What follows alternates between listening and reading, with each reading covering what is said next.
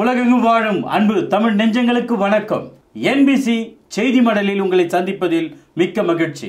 புலம்பெயர்ந்த தமிழ் உறவுகளே, தமிழ் சொந்தங்களே, இந்த கிறிஸ்தவ விழிப்புணர்வு நிகழ்ச்சியை நீங்கள் தொடர்ந்து பார்த்து பலன் பெற்று உங்கள் திருச்சபைகளிலேயும் ஊழியங்களிலேயும் நீங்கள் மேன்மை அடைகிறீர்கள் என்பதை நாங்கள் நம்புகிறோம். தொடர்ந்து நிகழ்ச்சியை பாருங்கள், அநேகருக்கு இந்த நிகழ்ச்சியை அறிமுகம் செய்யுங்கள். இன்றைய நாளிலும் கூட நமது கிறிஸ்தவ பெரியார் டாக்டர் பீட்டர் சாலமன் ஐயா அவர்களை சந்திக்கலாம். வாருங்கள் நேயர்களே. ஐயா வணக்கம். ஐயா வணக்கம். சொல்லுங்க. இந்த உலகத்துல ஆட்சி செய்கிற மனிதர்கள் யார், எதனால அவர்கள் ஆட்சி செய்கிறார்கள், அதனுடைய முக்கிய காரணம் தான் என்ன ஐயா? அதாவது இந்த உலகம் முழுவதும் பொன்னும் வெள்ளியும் தான் ஆட்சி செய்யுது. பொன்னும் வெள்ளி. ஆமாம். Gold and silver only rule the earth. எப்படின்னு கேட்டிங்கன்னா, உலக நாடு முழுவதும் தங்கள் கையில் இருக்கிற அந்த ரிசர்வ், அதாவது தங்களுடைய வங்கியில் இருக்கிற தங்கத்தையும் வெள்ளியும் முதலீடாக வைத்து அந்த நாட்டினுடைய செல்வத்தை அவர்கள் காப்பாற்றுகிறார்கள். யாரிடத்தில் அதிக தங்கமும் வெள்ளியும் இருக்கோ அவர்கள் ஆட்சியாளர்களாக மாற்றுகிறார்கள். இன்றைக்கும் நாம் பார்க்கிறோம், அதிக பணம் படைத்தவர்கள் தேர்தலில் வெற்றி பெறுவதையும் ஆட்சி பீடத்தில் அமர்வதையும் பார்க்கிறோம். ஆக இந்த பணம் என்ற வார்த்தை அதற்கு உள்ளே இருப்பது பொன்னும் வெள்ளியும் தான். இந்த உலகம் முழுவதும் நம்ம பேங்க் நம்ம பார்க்குறோமே, இந்த பேங்க்கெல்லாம் ஒரு 200 வருஷமாக தான் இருக்குது. எப்பொழுது இந்த வங்கிகள் உருவாயிற்றோ அப்பொழுது தான் பொன்னும் வெள்ளியும் தனி மனிதர்கள் கரத்திலிருந்து ஒரு அடமான கடை வழியாக வங்கிகளிலே போய் சேர்ந்தது. ஆரம்ப காலத்தில் இந்த வங்கிகளை நடத்தினவர்கள், இந்த பேங்க்கெல்லாம் நடத்தினவங்க யூதர்களாக இருந்தாங்க. யூதர்கள், ஜெர்மானியை சேர்ந்த யூதர்கள் தான் முதல்ல இந்த வங்கி, இந்த பேங்கிங் மெத்தடை உருவாக்குனவங்க. அதில் ரூத் சைல்டு, இன்றைக்கும் நீங்கள் கூகுளில் போனீங்கன்னா உலகத்தினுடைய 80% அதிகாரத்தை, கட்டுப்பாட்டை இந்த ஒரு குடும்பம் அவர்கள் வைத்திருக்கிறாங்க. அவங்க நியமிக்கிற ஆள் தான் அமெரிக்க நாட்டு ஜனாதிபதியாக வருவார். அந்த அளவுக்கு அவர்களுக்கு அதிகாரம் இருக்குது. ஆனால் வெளியவே தெரியாது, இன்னாரும் தான் தெரியாது. ஆனால் நீங்கள் அந்த ரூத் சைல்டு என்ற அந்த குடும்பத்தை பற்றி கூகுளில் நீங்கள் பார்த்தீங்கன்னா, காலையும் சாயங்காலமும் எல்லா ஸ்டாக் எக்ஸ்சேஞ்ச், பங்கு சந்தைன்னு சொல்கிறாங்களே, அங்கே காலையில் தங்கத்தின் விலை இவ்வளவு, மாலையில் தங்கத்தின் விலை இன்னது என்று சொல்கிறாங்களே, இதையெல்லாம் கட்டுப்படுத்தக்கூடிய இடத்துல அவங்க இருக்காங்க. அப்போது இந்த முழு உலகத்தையுமே யார் கட்டுப்படுத்துகிறார்கள் என்று கேட்டால், உலகத்தில் உள்ள எல்லா தங்கத்தையும் எல்லா வெள்ளியையும் யார் விலை நிர்ணயம் செய்கிறார்களோ, யார் பதுக்கி வைத்திருக்கிறார்களோ, யாருடைய இடத்துல அதிகமாக இருக்கிறதோ அவர்கள் தான் இந்த உலகத்தை இன்றைக்கு ஆளுகிறார்கள். அது மட்டும் இல்லை, இந்த பொன் வெள்ளியை இவ்வளோ இருந்தும் கூட, இப்போ உதாரணமாக பாருங்கள், நம்ம நாட்டில் பேங்க்குன்னு ஒன்று இருக்குது, ரிசர்வ் பேங்க்னு ஒன்று இருக்குது, கவனிச்சிங்களா?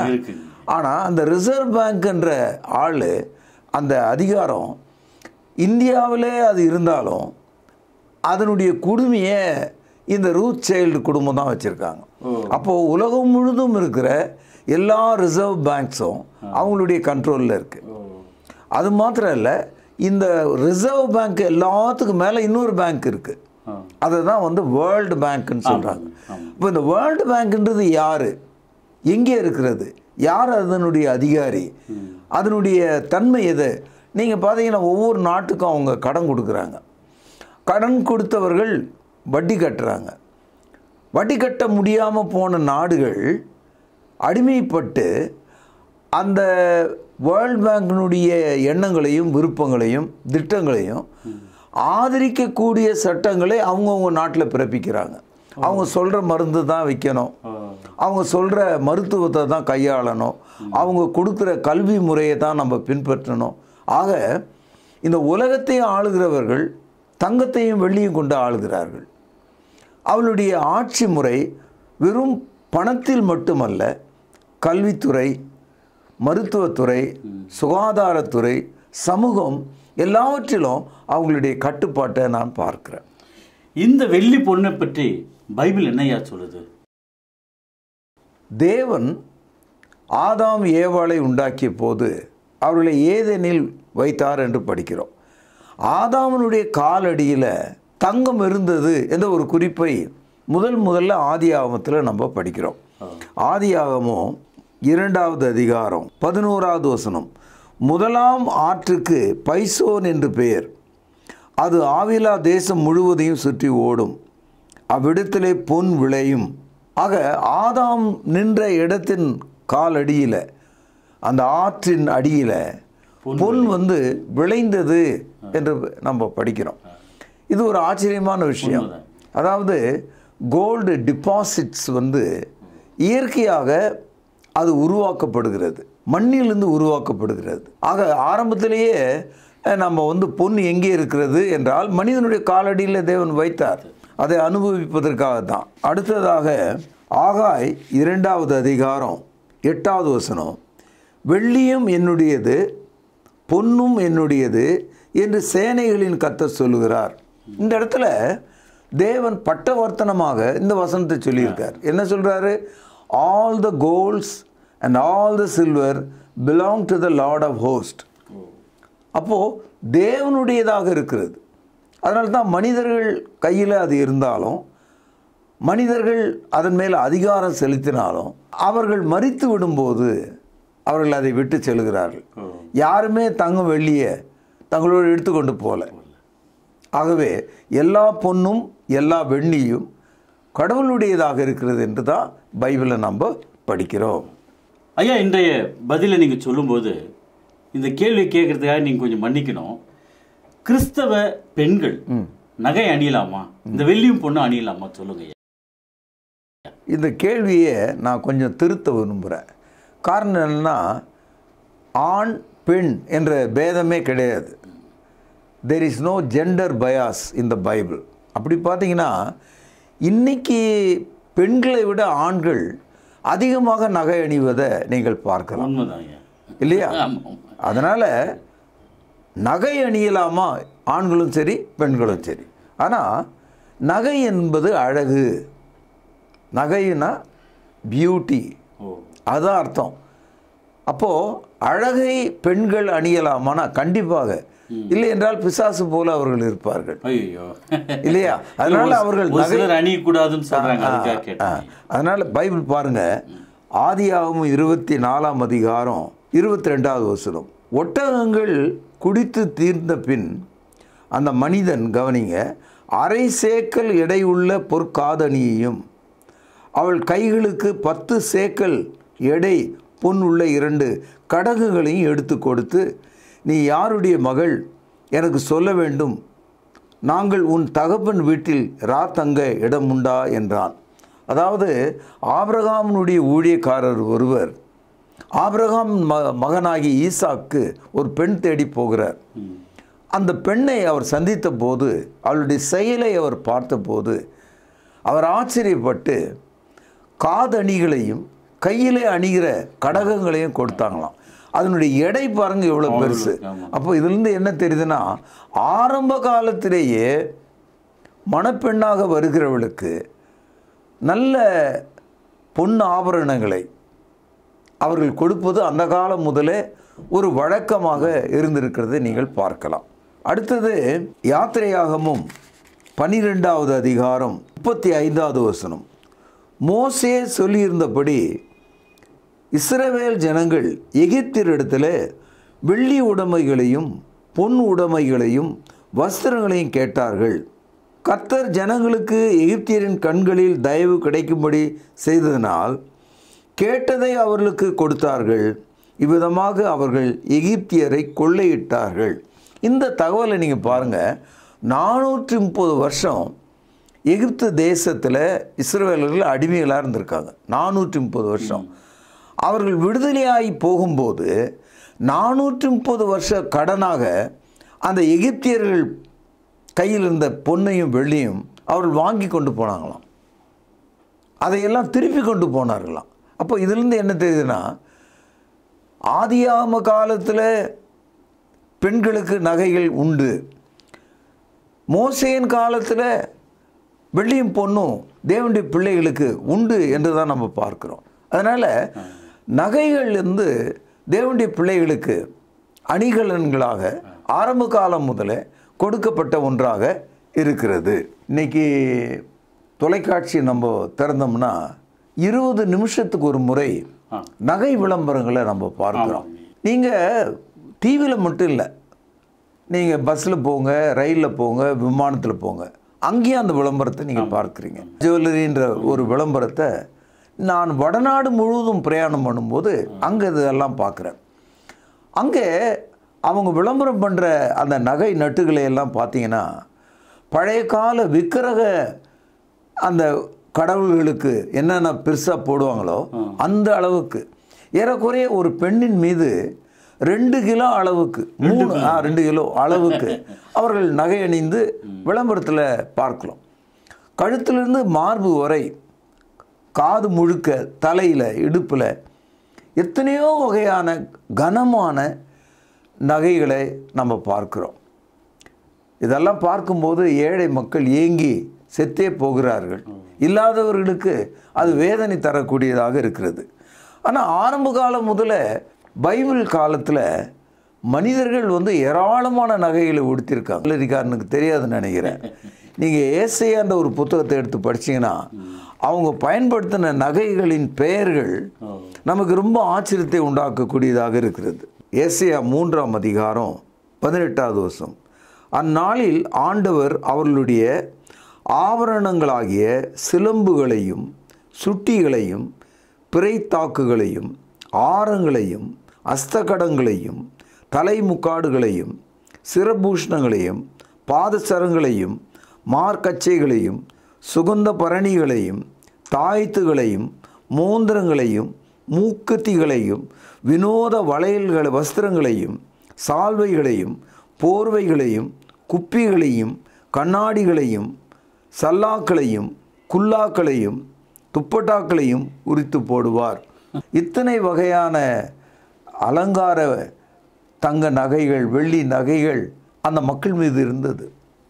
கர்த்தரை விட்டு விலகின மக்கள் இப்படி இருக்காங்க. ஆண்டவர் சொல்கிறாரு, வாழைப்பழம் எப்படி நம்ம தோல் உரித்து பழத்தை தின்று விட்டு குப்பையில் தோலை எரிகிறோமோ அவ்விதமாக உங்கள் மீது போடப்பட்டிருக்கிற இத்தனை நகைகளையும் நீங்கள் போகும்போது உரித்து போட்ட தோலை போல நீங்கள் விட்டு செல்ல வேண்டும். நீங்கள் கர்த்தரிடத்தில் மனம் திரும்ப வேண்டும்.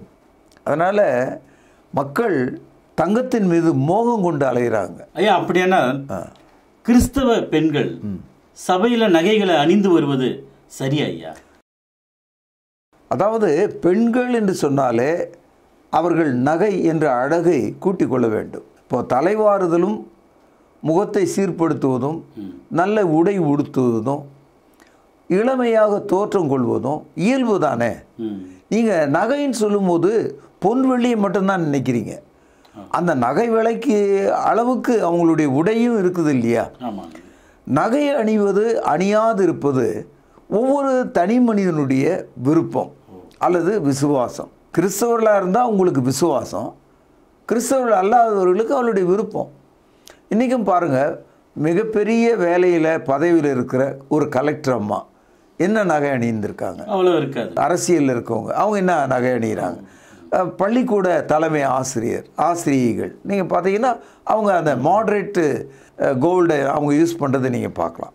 அதனால் இந்த நகை அணிதலே என்பது அவங்களுடைய விருப்பத்தை பொறுத்தது. அப்போது கிறிஸ்தவ பெண்கள் நகை அணியலாமா என்று கேட்டால் அது அவங்களுடைய விருப்பத்தை பொறுத்தது. ஏனென்றால் வசனம் என்ன சொல்லுது? நீ பொன் வெள்ளிக்கு அடிமையாகாதே, பொன் வெள்ளி உன்னை காப்பாற்றாது, பழத்தின் தோலை வீசி எறிவது போல நீ முடிவு நாளில் அதை எரித்து விட வேண்டும், கொடுத்து விட வேண்டும். ஆகவே நகைக்காக வாழாமல் விசுவாசத்துக்காக வாழ்கிற மனிதனாக இரு. பாருங்கள், 1 தீமோத்தேயு 2ஆவது அதிகாரம் 9வது வசனம். ஸ்திரீகளும் மயிரை பின்னுதலாலாவது பொன்னினாலாவது முத்துக்களினாலாவது விலையேறப்பட்ட வஸ்திரங்களினாலாவது தங்களை அறியாமல். இந்த வசனத்தை தான் சபையில் குறிப்பாக பெந்தேகோஸ்து சபைகளிலேயே பெண்டிகாஸ் அவங்களுடைய பழைய பேர் வந்து சிலான் பெந்தகோஸ்த். அவங்க மத்தியிலிருந்து தான் மற்ற பெந்தகோஸ்காரங்களாம் வெளியே வந்தாங்க. இந்த மக்கள் வந்து நகை அணிதல் கூடாது என்ற ஒரு சட்டம் அவங்க வச்சுருக்காங்க. அவங்க யாரும் அணிவது கிடையாது. சமீபத்தில் ஒரு பாஸ்டர் என்கிட்ட வந்தார். அவரை வழி அனுப்பிட்டேன். ஒரு 10 நிமிஷம் பொறுத்து ஓடி வந்தார். ஐயா, வீட்டில் கண்ணாடியை வச்சுட்டு போயிட்டேன் அப்படின்னார். ஐயோன்னு நான் போய் தேடி அவருக்கு அதை எடுத்து கொடுக்க போகும்போது சொன்னார், ஐயா, நான் வந்து துபாய் போயிருந்தப்போ அங்கே ஒரு விசுவாசி எனக்கு இந்த தங்க கண்ணாடியை வாங்கி கொடுத்தாருன்னு. அப்போ அந்த கண்ணாடி முழுக்க தங்கத்தால் ஆனது. அவர் வந்து சிபிஎம் பாஸ்டர். அப்போ நான் கேட்டேன், உங்கள் சபையில் தங்கம் அணியக்கூடாதுன்னு போட்டிருக்க, இது எப்படின்னு கேட்டேன். அப்படியே மௌனமாயிட்டார். அதனால் பெண்கள் என்ன செய்கிறாங்கன்னா, திங்கள்லேருந்து சனிக்கிழமை வரைக்கும் எவ்வளோ நகை வேண்டுமோ அவ்வளோ போட்டுக்கிறாங்க. ஞாயிற்றுக்கிழமை சபைக்கு போகும்போது எல்லாத்தையும் கழட்டி வச்சிடறாங்க. இந்த ஹிப்போக்ரஸி, மாய்மலம் உங்களுக்கு தேவையில்லை. மாறாக உங்களுக்கு அந்த தங்கத்தின் மீது உள்ள வெறுப்பை நீங்கள் தூரமாக்கி அதை நீங்கள் வெளியே தைரியமாக சொல்ல வேண்டும். அதை விட்டுட்டு இப்படி மாய்மாலத்தினால் உங்களை ஏமாற்றிக்கொள்ள முடியாது. குறிப்பாக பெந்தகோஸ்து சபைகளில் ரொம்ப உற்சாகமாக உங்கள் மேல் உள்ள நகையெல்லாம் கழட்டி போடுங்க அப்படின்னு சொல்கிறாங்க. அது மாதிரி போடுறவங்களும் இருக்காங்க. அப்போது இது வந்து வெகுஜனங்களை சுரண்டுவதுக்கு சமமாக இருக்குது. உண்மைதான். அதாவது சபையானது ஏழை மக்களுடைய மூக்குதியும் வளையலையும் சிறு நகைகளையும் பிடுங்கிக் கொள்வதை நான் பார்க்குறேன். இது மிக தவறு. அவர்களுக்கு நீங்கள் எஜுகேட் பண்ணலாம், இது முக்கியம் இல்லை அப்படின்னு சொல்லாமே தவிர அணியக்கூடாது என்று சொல்லுவதற்கு எந்த சட்டமும் இல்லை. நீங்கள் பாருங்கள், சபைக்குள்ளே வருகிறவர்கள் இதையெல்லாம் அணிய வேண்டாம் என்று அந்த கருத்தை தொடர்ந்து நீங்கள் படிக்கணும். பாருங்கள், 10வது வசனம், தகுதியான வஸ்திரத்தினாலும் தெளிந்த புத்தியினாலும் தேவ பக்திக்குள்ளவர்கள் என்று சொல்லிக்கொள்கிற ஸ்திரீகளுக்கு ஏற்றபடியே நற்கிரியினாலும் தங்களை அலங்கரிக்க வேண்டும். இப்போ இந்த இடத்துல அலங்கரிக்க வேண்டும் என்று தான் நம்ம படிக்கிறோம். யூ மஸ்ட் அடான் என்று தான் ஆங்கிலத்தில் இருக்குது. எதை நீங்கள் அலங்கரிக்கணும்? தகுதியான வஸ்திரம், நாணம், தெளிந்த புத்தி, தேவ பக்தி. இதெல்லாம் எந்த கடையில் வாங்க முடியும்? நீங்கள் கர்த்தருடைய வார்த்தையின்படி நடக்கும்போது இந்த பொன் வெள்ளிக்கு அடிமைகளாக ஆகாமல் இருப்பீங்க. இந்த பெந்தகோஸ்து சபைகளில் திருமணம் நடக்கும்போது அவங்க விளம்பரங்கள் பத்திரிகையில் வர்றதை நான் பார்க்குறேன். அல்லது திருமணத்துக்கான நிறுவனங்கள் இருக்குது, அதில் அவங்க விளம்பரங்கள் பண்ணுறாங்க.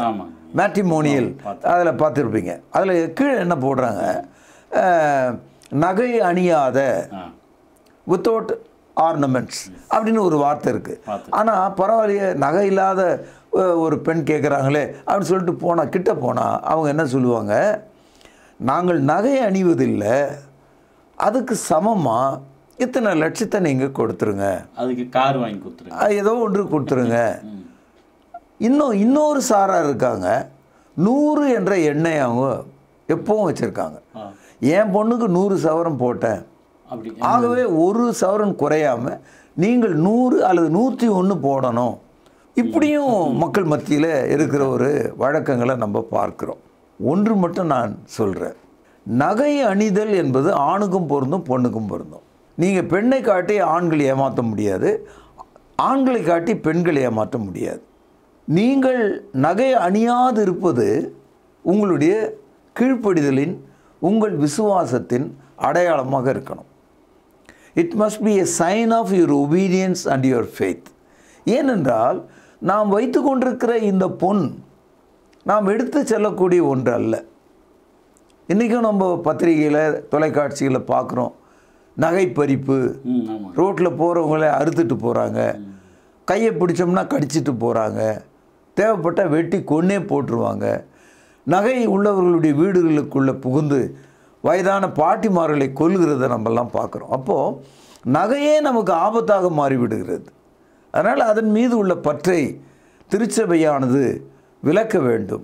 1 பேதுரு முதலாவது அதிகாரம் 7வது வசனம் பாருங்க. அழிந்து போகிற பொன் அக்னியினால் சோதிக்கப்படும், அதை பார்க்கிலும் அதிக விலையேற பெற்றதாக இருக்கிற உங்கள் விசுவாசம் சோதிக்கப்பட்டு இயேசு கிறிஸ்து வெளிப்படும் போது உங்களுக்கு புகழ்ச்சியும் கனமும் மகிமையும் உண்டாக காணப்படும். இந்த இடத்துல தங்கம், அதாவது அந்த பொன் அழிந்து போகக்கூடியது என்று தெளிவாக இருக்குது. சரி, தங்கத்தை விட விலையேற பெற்ற ஒன்று இருக்கா அப்படின்னா உங்கள் விசுவாசம். இயேசு கிறிஸ்துவனுடைய பார்வையில், அவருடைய 2ஆம் வருகையில் அது உங்களுக்கு கனத்தையும் மகிமையும் கொண்டு வரும். ஆக மனிதன் தன்னுடைய ஒவ்வொரு வேர்வை துளியையும் தங்கத்தையும் வெள்ளியும் நோக்கியே சிந்துகிறான். சமீபத்தில் வீடு கட்டுகிற தொழிலாளர்கள் ஒரு சேர நான் பார்த்தேன். பெண்கள் எல்லாரும் தினக்கூலிகளாக வேலை செய்கிறாங்க. 800 ரூபாயிலிருந்து 1000 ரூபாய் அவர்களுக்கு. ஒவ்வொருவரும் ஒரு தங்கச்சங்கிலியும் காதில் ஒன்றுக்கு மேற்பட்ட நகைகளை அணிந்திருந்தாங்க. ரொம்ப ஆச்சரியமாக இருந்தது எனக்கு. நான் கேட்டேன், நீங்கள்லாம் ஒரே மாதிரி அணிகிறீங்க, ஆனால் அழுக்கு நிறைந்த இந்த சிமெண்ட் வேலை செய்கிறீங்களே அப்படின்னா சிரிக்கிறாங்க அவங்க. அதாவது அவங்களுக்கு மத்தியில் ஒரு பாரம்பரியமாக மாறிடுச்சு. நான் ஒன்றும் உங்களுக்கு சளைச்சவை இல்லை. தங்களுடைய வட்டாரத்துக்குள்ளே அந்த நகை அணிதலை அவங்க சிறப்பாக வச்சுருக்காங்க. ஒரு கால் அவர்கள் தினக்கூலிகளாக இருக்கிறதுனால வேலை இல்லாத ஒரு நாளில், தன் கணவனுக்கு வேலை இல்லாத நாளில் ஒரு சிறு நகையை விற்று அல்லது அடமானம் வைத்து அவர்கள் வாழ்க்கையோ அல்லது வீட்டு வாடகையோ அவர்கள் கட்டக்கூடும். அதனால்தான் ஆரம்ப காலத்தில் நகை பெண்கள் மீது வைக்கப்பட்டது. அப்போல்லாம் பேங்க்குன்னு ஒன்று கிடையாது. நகையை எங்கும் சேர்த்து வைக்க முடியாது, ஏன்னா கள்ளர் வந்து எடுத்துகிட்டு போயிடுவார். அப்போது நகையை மனைவியின் மீது வைத்தது ஒரு பேங்க்கு சமமாக இருந்தது. எவ்வளோதான் ஒரு குடிகாரனாக இருந்தாலும் மனைவியின் கழுத்தில் இருக்கிறத இழுத்து அறுக்க மாட்டான், ரொம்ப அறுக்க மாட்டான். அதனால் தன் மனைவியின் மீது நகையை வைத்திருப்பது ஒரு 150 வருஷம் வரைக்கும் மக்கள் மத்தியில், முன்னால் நான் சொல்ல ஒரு 150 வருஷத்துக்கு முன்னால் வரைக்கும், இன்றைய தேதியில் கூட ஏழை மக்கள் தங்கள் மனைவியை நகைகளை போட சொல்லி வைப்பதற்கு அடிப்படை காரணம் தங்கள் தேவைகளை சந்திப்பதற்காக. அதனால தான் உங்களுக்கு சொல்கிறேன், நகை அணிதல் என்பது கட்டாயம் அல்ல. ஆனால் நகையை எதற்காக நீங்கள் அணிகிறீர்கள், அது உங்களுக்கு பயனுள்ளதாக இருக்கிறதா? 100 சவரனை போடாமல் உபயோகப்படுத்தாமல் வீட்டிலே பூட்டி வைப்பது உங்களுக்கும் நஷ்டம், தேசத்துக்கும் நஷ்டம். உங்களுடைய மனது அடிமைப்பட்டு விடும் அந்த நகையின் மீது. அதனால தான் சொல்கிறாரு, விலையேற பெற்ற உங்கள் விசுவாசம் அது தங்கத்தை விட மேலானதாக இருக்கிறது. நீங்கள் நகையை சேர்ந்தார் போல் ஒரு பானையிலோ ஒரு சட்டியிலையோ அல்ல ஒரு பெட்டியில் வச்சா கூட தானாகவே அந்த நகை, அந்த பொன் கரோடாயிடும். அது உங்களுக்கு தெரியுமா? நகைகள் துரு பிடித்து விடும். அதாவது துருனா இரும்பின் மேல் வருகிற துரு மட்டும் இல்லை, இது மேலே வர ஒரு துரு பயனற்ற ஒரு துருவாக மாறிடும். யாக்கோபு 5வது அதிகாரம் 2-3 வசனங்கள். உங்கள் ஐஸ்வர்யம் அழிந்து உங்கள் வஸ்திரங்கள் பொட்டெரித்து போயின, கவனியுங்கள். உங்கள் பொன்னும் வெள்ளியும் துரு பிடித்தது, அவைகளில் உள்ள துரு உங்களுக்கு விரோதமாக சாட்சியாக இருந்து அக்னியைப் போல உங்கள் மாம்சத்தை தின்னும், கடைசி நாட்களிலே பொக்கிஷத்தை சேர்த்தீர்களே. இது புதிய ஏற்பாட்டு வசனம். அதனால் a Christian woman or a Christian man can have an ornament moderately. ஆனால் அதுதான் அப்படின்ற அளவில் வாழ்ந்துடக்கூடாது. இதுதான் என்னை காப்பாற்றும், இதுதான் என்னுடைய ரட்சிப்பு, இதுதான் ஆசீர்வாதம், இதுதான் என் அடையாளம் அப்படின்னு சொல்லாத. உன்னுடைய நகைகள் உனக்கு எதிராக சாட்சியாக இருக்கிறது, அது துரு பிடித்து விடும். அந்த துரு கூட உனக்கு எதிராக நிற்கும். இன்றைக்கி ரூத் சைல்டு என்ற அந்த குடும்பம் உலகத்தின் 80% தங்கத்தின் முதலாளிகளாக இருக்காங்க. காலையும் மாலையும் பங்கு சந்தையில் மணி அடித்து அதற்கு விலை சொல்லுகிறார்கள். அதை ஒருவனும் அவர்கள் எடுத்து செல்வதில்லை. இன்றைக்கி 17வது நூற்றாண்டில் ஜெர்மானியில் தொடங்கின அந்த குடும்பம் இன்னைய தேதி வரைக்கும் எல்லாரும் உயிரோடவா இருக்காங்க? இல்லை. எத்தனையோ குடும்பம் மாறி போச்சு, எத்தனையோ பிள்ளைகள் பிறந்து போனாங்க, எல்லாம் எலும்பு கூடுகளாக சாம்பலாகி போனாங்க. அதனால் அவர்களுடைய சேமிப்பாகிய தங்கத்தை அவர்கள் எடுத்துக்கொண்டு போகவில்லை. அதுபோல் எகிப்து நாட்டு பேரரசன் பார்வோன் அன்றைக்கு எகிப்து நாட்டில் உள்ள எல்லா தங்கத்தையும் தன்னுடையதாக்கி கொண்டான். அதை பிரமிடுகளின் அடியிலே புதைத்தான். அவன் மண்ணோடு மண்ணாக மக்கி போனான். அந்த தங்க நகைகளை எடுப்பதற்காகவே கடந்த 200 ஆண்டுகளில் பெரிய திருடர் குழுக்கள் பிரமிடுகளை உடைத்து அதை கொள்ளையடித்து கொண்டு மேலை நாடுகளுக்கு சென்று விட்டது. அதனால் தங்கமும் வெள்ளியும் நமக்கு ஆபத்தானது, நம்மளுடைய உயிரை பறிக்கக்கூடியதாக கூட மாறிடும். ஆனால் கிறிஸ்தவர்களுக்கென்று நான் ஒரு கடமை உள்ள வசனத்தை சொல்கிறேன். பெண்கள் அணியலாமா அணியக்கூடாதா? ஒத்தரட்டை பிடிக்காதீங்க, ஏதாவது ஒரு பதில் சொல்லுங்க அப்படின்னு நீங்கள் கேட்டிங்கன்னா அது உங்களுடைய விசுவாசத்தை பொறுத்தது. சபையில் அணியக்கூடாது என்று சொல்வதற்கு யாருக்கு அதிகாரம் இல்லை. அணிய வேண்டும் என்று சொல்வதற்கு அணிகிறவர்களுக்கும் எந்த அதிகாரமும் இல்லை. இது ஒரு சாய்ஸ் தான். எப்படி ஆட்டிறைச்சி சாப்பிடுவது மாட்டிறைச்சியை சாப்பிடுவது உன்னுடைய விருப்பமாக இருக்குமானால், அல்லது இறைச்சி இல்லாமல் காய்கறிகளை சாப்பிடுவது உனக்கு விருப்பமாக இருக்குமானால் அது உன்னுடைய விஷயமாக இருக்கும். ஒரு வசனம் எடுத்து காண்பிக்கிறேன். 1 கொரிந்தியர் 6வது அதிகாரம் 12வது வசனம். நல்லா புரிஞ்சுங்க. எல்லாவற்றையும் அனுபவிக்க எனக்கு அதிகாரம் உண்டு. I have right to enjoy everything. ஆகிலும் எல்லாம் எனக்கு தகுதியாயிராது. அடுத்த வரி பாருங்கள். எல்லாவற்றையும் அனுபவிக்க எனக்கு அதிகாரம் உண்டு, ஆகிலும் நான் ஒன்றுக்கும் அடிமைப்பட மாட்டேன். என்ன அர்த்தம்? I have right to enjoy everything, but I will not be a slave to whatever. நான் எதற்கும் அடிமையாக இருக்க மாட்டேன். ஒரு கிறிஸ்தவன் அடிமை அல்ல. அப்போது நகையை வெறுத்து விடுவது அல்லது அணியாமல் இருப்பது உன்னுடைய சொந்த விஷயம். அது உன்னுடைய தீர்மானமாக இருந்தால் கர்த்தருக்கு ஸ்தோத்திரம். ஆனால் சபையில் சுரண்டுகிற இந்த மாதிரி பெந்தகோஸ்து அமைப்புகள், நீ தாலியை போடு, வளையலை போடு, கம்பலை போடு, கட்டாயப்படுத்தி கர்த்தர் சொன்னார் அதனால தான் உன் வீட்டில் சாபம் இருக்குது என்று சொல்லி சுரண்டுவது அதிகார மீறல், துஷ்பிரயோகம், பரிசுத்தாவினுடைய போதனை கிடையாது. அதை சபையார் விளங்கி கொள்ள வேண்டும். நீங்கள் நகை அணிவது பிறருக்கு உங்களை விக்கிரகமாக காட்டுவதாக இருக்கக்கூடாது. Your adorning jewellery should not be an idolatry. பார்க்குறவர்களுக்கு உன்னை மூக்குத்தி அம்மனாக பார்க்கக்கூடாது. அதுதான் நீ விக்கிரகத்தின் வெளிப்பாடாக இருக்கக்கூடாது. அது உன் அழகை கூட்டக்கூடியதாக இருந்தால், உன் பருவ வாழ்வை காண்பிக்கக்கூடியதாக இருந்தால், உன்னுடைய திருமணத்தின் அடையாளமாக ஒரு துண்டாக இருந்தால் அது உன் அடையாளமாக இருக்கட்டும். ஆனால் இந்த வசனத்தை நீங்கள் எப்பவுமே ஞாபகம் வச்சுங்க. எல்லாவற்றையும் அனுபவிக்க எனக்கு அதிகாரம் உண்டு, எல்லாம் எனக்கு தகுதியாயிராது, ஒன்றுக்கும் நான் அடிமைப்பட மாட்டேன். இந்த கான்டெக்ஸ்டில் தான் நகை அணிதலை நம்ம புரிந்து கொள்ளணும். எல்லா பொன்னும் எல்லா வெள்ளியும் சேனைகளுடைய கர்த்தருடையது என்று நம்ம ஆகாய் 2ஆம் அதிகாரம் 8வது வசனத்தில் படித்தோம். அதனால் பூமியில் எந்த ஒரு தங்கமும் எந்த ஒரு வெள்ளியும் கர்த்தருடையது என்று பார்க்கும்போது அது உனக்கு ஆசீர்வாதமாக இருக்கும். என்னுடையது என்று நீ பார்க்கும்போது அது உனக்கு சாபமாக இருக்கும். ஐயா, இப்படி நீங்கள் விளக்கும்போது எனக்கு கொஞ்சம் அன்பேலன்ஸ் மாதிரி கொஞ்சம் என்ன புரிஞ்சுக்கிறதுன்னு புரியல. நீங்கள் கொஞ்சம் ஸ்ட்ரைட்டாக இப்போ முதல் நூற்றாண்டு கிறிஸ்தவர்கள் அது புதிய ஏற்பாட்டின் கிறிஸ்தவர்கள் நகையை அணிந்த விதம் என்ன, அணியலாமா? அதாவது சபையில் அப்போஸ்தலர்கள், தீர்க்கதரிசிகள், மெய்ப்பர்கள், போதகர்கள், சுவிசேஷகர்கள், இந்த 5 பணியாளர்கள் இருந்தாங்க. பொதுவான விசுவாசிகள் இருந்தாங்க. இப்போது விசுவாசிகள் நகை அணியலாமா வேண்டாமா என்பது தான் உங்களுடைய கேள்வி.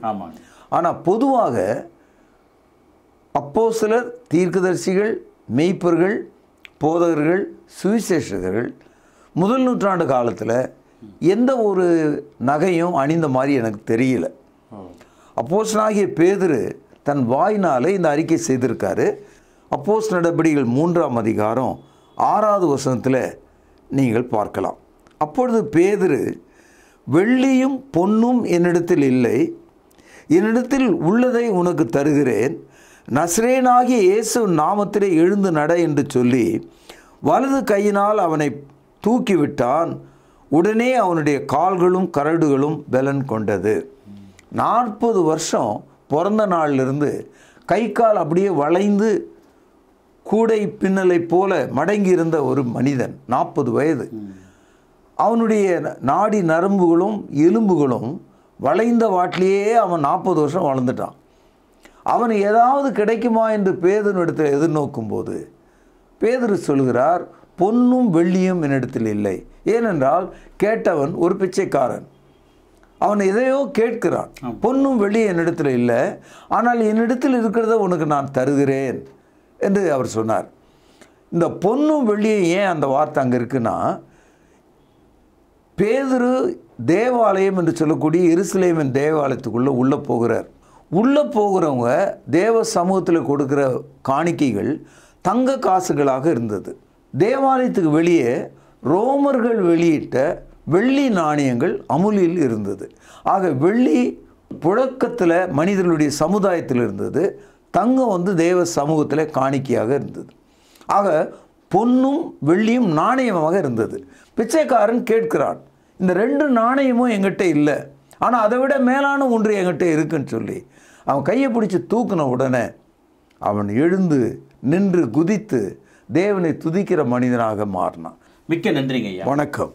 அன்பு நேயர்களே, தொடர்ந்து நிகழ்ச்சியை பாருங்கள், அநேகருக்கு இந்த நிகழ்ச்சியை அறிமுகம் செய்யுங்கள். அதுவரை உங்களிடமிருந்து விடைபெறுவது உங்கள் அன்பு அறிவிப்பாளன் சார்லஸ் எஸ் குணசேகரன். நன்றி, வணக்கம். தொடர்பு கொள்ள வேண்டிய முகவரி திருமறை நேரம் 58 சர்ச் தெரு, குமரன் நகர், சென்னை 6,82,000. செல்போன் 9385500882.